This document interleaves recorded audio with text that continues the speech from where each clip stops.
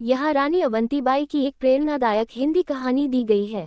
रानी अवंतीबाई की कहानी बहुत समय पहले की बात है, जब भारत पर अंग्रेजों का शासन था और देश गुलामी की बेड़ियों में जकड़ा हुआ था। तब भी कुछ वीर योद्धा ऐसे थे जो आज़ादी के लिए लड़ रहे थे। उन्हीं में से एक थी रानी अवंतीबाई लोधी। रानी अवंतीबाई का जन्म मध्य प्रदेश के रामगढ़ राज्य में हुआ था। वह बचपन से ही साहसी, बुद्धिमान और पराक्रमी थीं। जब उनका विवाह राजा विक्रमादित्य सिंह से हुआ तो उन्होंने रानी बनकर राज्य की जिम्मेदारियां संभालनी शुरू कर दी।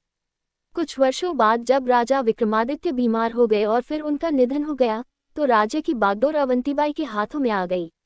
अंग्रेजों ने इस मौके का फायदा उठाना चाहा और रामगढ़ राज्य को अपने कब्जे में लेने की योजना बनाई। लेकिन रानी अवंतीबाई ने हार मानने से इनकार कर दिया। उन्होंने अपने राज्य की रक्षा के लिए युद्ध का बिगुल बजाया।